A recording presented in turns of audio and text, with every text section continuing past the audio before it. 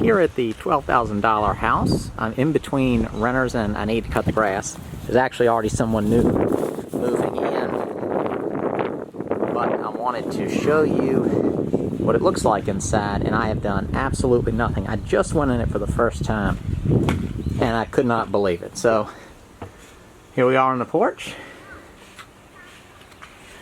Yeah, it's got a little, people have been walking on it, but the inside is amazing. I'm so pleased to see this house again.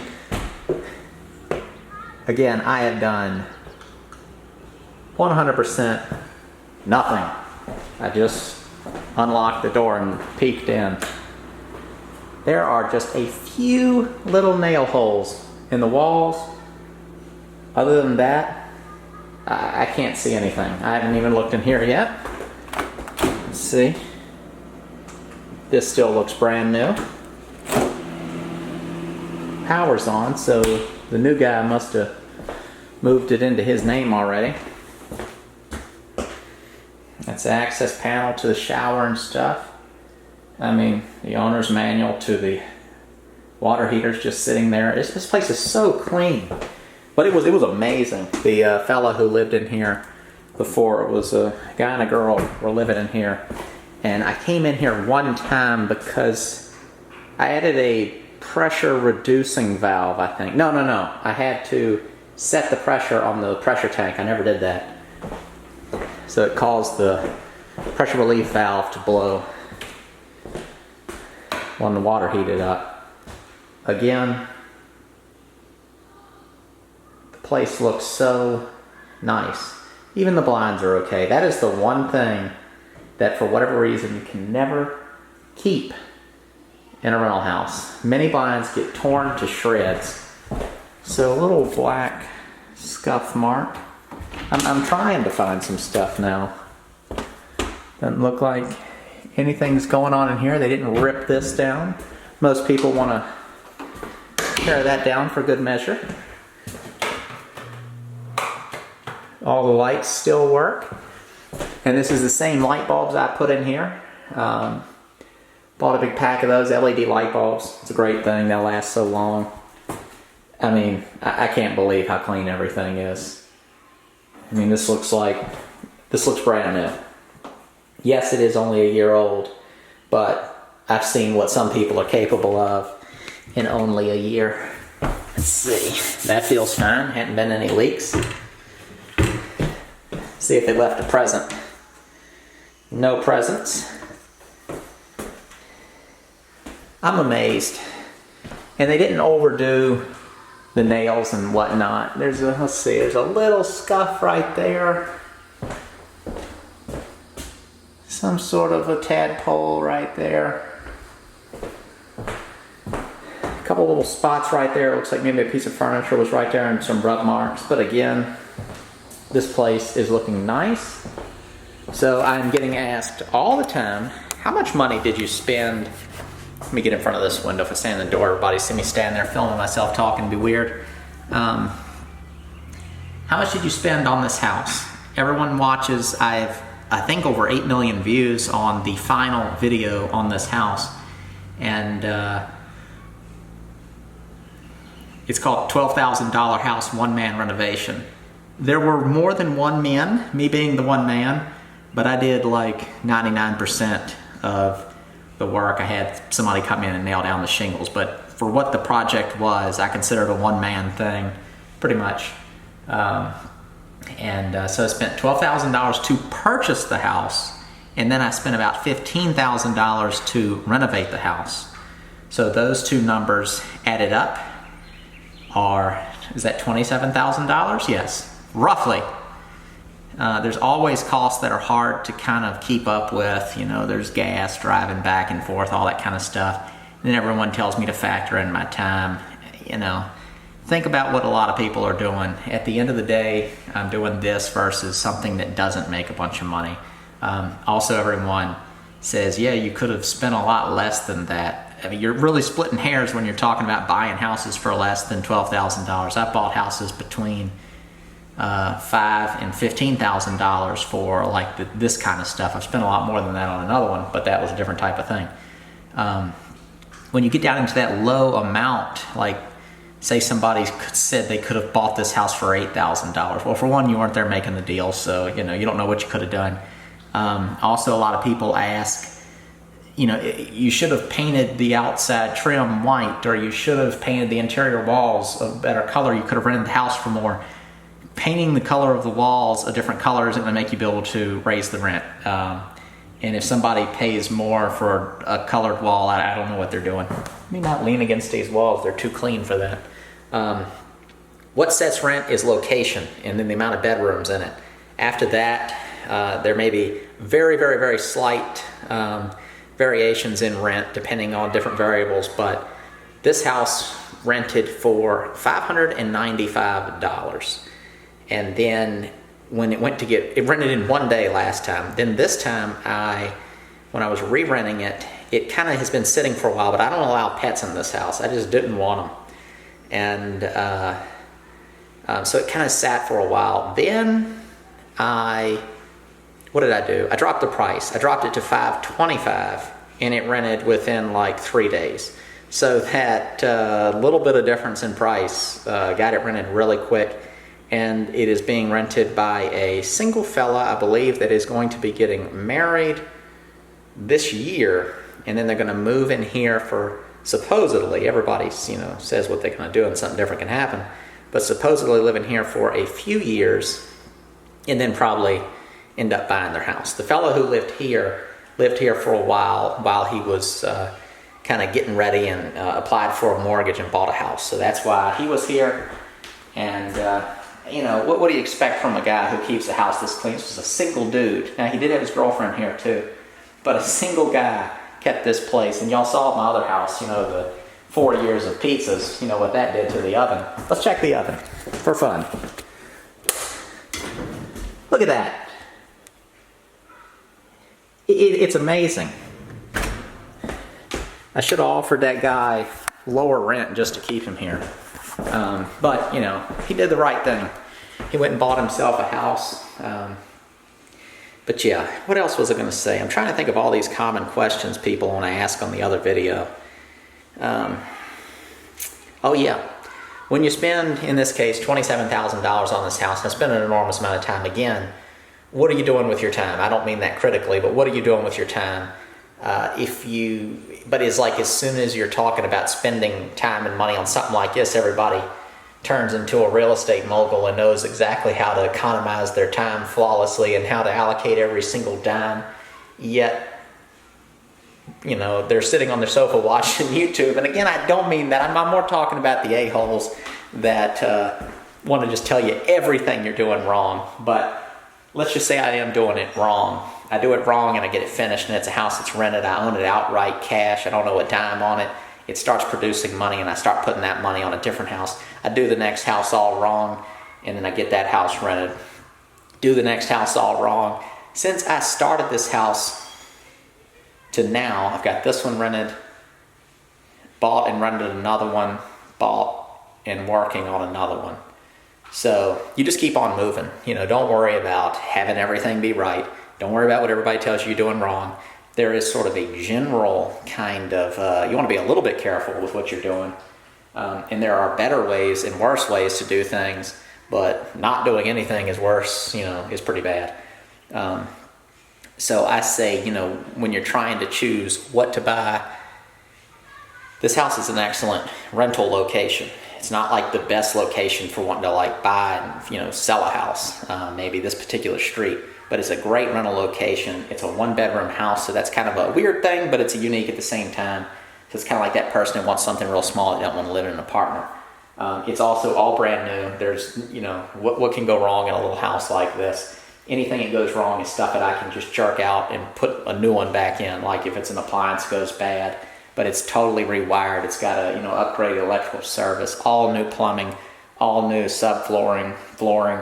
Oh, everyone always asks, why did I tear out that beautiful wood floor that was that's underneath all this in the back, and then why did I put OSB down everywhere? That beautiful floor was not beautiful at all. It was, I don't want to say rotten, but it was sort of like dry rotten in areas. It was a little softer. So I added that extra layer of OSB. You could not keep that floor at all. But it was stiff enough to act as a subfloor to the OSB, which is just more to level everything out. And then I came in with this vinyl plank flooring, which I'm amazed with. This was the least expensive vinyl plank flooring that I could get. Not the least. It was sort of like a low mid-grade. And the only thing I see in here, let's see, there's like a little dent right there, and I bet you that's where the bed was. They had some sort of a center support. There's probably not one right here. I just can't see since it's center reflection.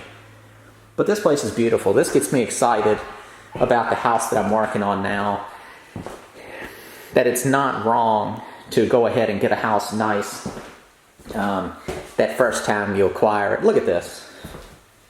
Small things. Little felt pad he added onto the trim to where it wouldn't hit the to where that wouldn't hit this or dent that door. You know, that's what I think, having a decent place, renting it through the property manager. I'm extremely pleased. I didn't have to. What's this thing? Keep seeing little things. What is this? Multi-surface. Some sort of an ant bait. Might have had a little ant problem. I don't know how anybody doesn't have an ant problem. I've always had ant problems everywhere. Let's check out the window that I did. It's my first time putting in a window. Looks good. I don't see any, even the caulking is in really good condition as far as, it's a little cracked. I could run over that. But everything looks good. You know, this is just solid stain over treated lumber. And so you can see that solid stain versus paint is so much more superior. Check out one of these windows. The other thing that's going on here too, before this house had zero overhang. On the ends here, it had just the gutter. So the gutter was the overhang, but there was no overhang here. And this has been extended, what, like 2 feet, I think is what I did. But that overhang really adds a lot of protection to the house. The T111 that I've got on the gable-end wall up there, that all looks perfectly fine. It's not all rippled up, wrinkled up from getting wet. Looks like I do need to, I've got my chainsaw and stuff with me. I'm going to kind of cut that stuff back a little bit. I'd love to get my tractor up here and just get rid of all this and just turn this into a lawn, but I don't have an easy way of moving that around. Also, some dirt right here. This needs to be dealt with on some level. Needs to be smoothed out. Just a pile of dirt. Let's see. Let's check out the porch some. Sorry if this is sound like I'm going too far. Here's the thing. This is not just a teensy bit. This is one of those things. The bottom of gutters get torn up at every rental house that I have. I mean shredded, because nobody cares about the weed eater. They just run it into everything. Porch looks good. I've got a friend that's doing a porch right now, so this video can act as a reference for that. You see the ledger right there, then that additional ledger board underneath those floor joists. So that ledger is Tabconned, nailed, and then I put these posts under there that are sitting on the footer of the house, so it's not going anywhere. And then all the joists are toe-nailed, but then sitting on top of that ledger there. And then up top, my friend is building basically this on top of an existing deck that he has. So you can see the ledger, then these are the rafters that come out. So on the box columns, this being the box columns that I made up, when you put that beam that goes across there, someone else can, on the comments can tell me what that one's called. I can't think of what it is. Just leave that little notch out, and then it sits right in there. And you know, doing box columns like this, check these. They're still solid. I didn't do these out of treated wood, but the ends of these were treated with a treatment. So, you know, the worst part, if you don't treat these, is it just wicks wood up into the water up into the bottom of the columns, and then kind of rots them out. But everything seems fine. Oh, the other thing I always get crap on is, why did I paint the house this color? And everybody always talks about how depressing it is, but I'm looking at this and I don't feel sad at all. I feel perfectly happy. I think it's a nice, clean house. Look at this place too. Think about it. Imagine if I would have painted all this white. You know how messed up and dirty that would look? It'd probably be mildewy, the handprints all up it, all dirty looking. It would be, you know, stuff splashing up on it. If you just leave wood alone, it's going to eventually basically turn gray. So that was sort of my thinking on the whole place. I wanted a clean looking color. And I did paint that trim around the windows white. So I did give you all that. But other than that, we're going function here. This isn't supposed to be some high design thing. But with that said, gray's like one of the hottest colors on the real estate market. You go drive around, everybody's house is gray. The people love the gray. I think it's all just so clean looking. I mean, would I do it to my own house? I did. My house is gray too. But I think it's got nice little simple features. I mean, I've the cheapest lights you can buy at Lowe's, but you know, then I've got the door kind of trimmed out nice. You know, everything up here is nice and clean. So this is just T111 to sheathe the ceiling out. I don't know. Let me wrap this up. This is way too long. I didn't want to go that long. I'm just real happy with, look at this. You know, I didn't add these in here. He added these in here, and he left them. That was nice. But look how perfectly they're put in. This was a good boy. This was a really good guy that was in here. I'm very happy with it. I think I nailed it on this house. You know, I said that to my property manager the other day. I was talking to him about a different one that they're going to take over now, and that's what I told her. I said we were talking about this house because it was being re-rented, and I just told her that. I just said that some people had given me crap about the color and different decisions, and then afterwards I was telling her about it, and I just kind of blurted out. I said, I think I nailed it. And she said, you did, you nailed it. And I enjoyed hearing that from somebody with experience. Plus, I just kind of just like knowing, walking back into this place, how nice it looks. So that's a good feeling. So rented this house for $600 a month for 1 year. So what is that? 6 times 12, $7,200. Am I saying that right? Yeah, basically $7,200 gross. Obviously, he got his security deposit back. There was no kind of pet or anything like that, so it wasn't any additional rent as far as pets go. So I spent $27,000, and I've gotten $7,000 of that back. But you know, everybody focuses on like how quick you're going to get your investment back. I don't think of it as that. This is my investment. I didn't put money into this just to be able to like automatically. When you buy real estate, I think of it as like a store of value. If I'm getting that, you know, even that phrase right, if you even know what I'm talking about. But this is my money now, and that $27,000 is worth a whole lot more than $27,000 now that it's this house. This house is worth, I don't know, 2.5, 3 times what I have in it, and then of course it's throwing off that rent. There's not a whole lot of investments, you know, that are like that. At least that I can wrap my head around. So that's it. I don't need to keep talking about this. Would have been going 18 minutes. People do like long videos, but I got nothing else to talk about on this. Just don't be afraid to do stuff. Don't be afraid about all the dumb stuff everybody tells you. Just keep moving on your projects, because people can run their mouth. You can get upset about it and all of that. But in the end, when you're done, it doesn't make a lick of difference in how much the rent costs on the house. Doesn't change the fact that the person's going to keep on paying you. Doesn't change the fact that you've got a house you own cash.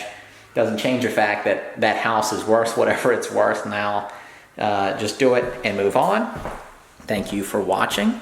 If you are new to this channel, wondering what in the world I'm talking about, I buy cheap houses, fix them up, and rent them. And if you're curious of how I get houses like this, I wrote a book on how I do it.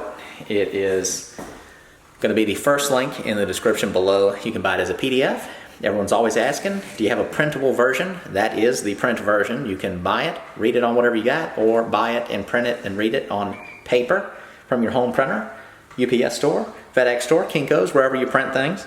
And or you can get it on Kindle, and if you want to read it through Kindle, you can use the Kindle app, which can be put on anything, so you don't have to worry about a Kindle.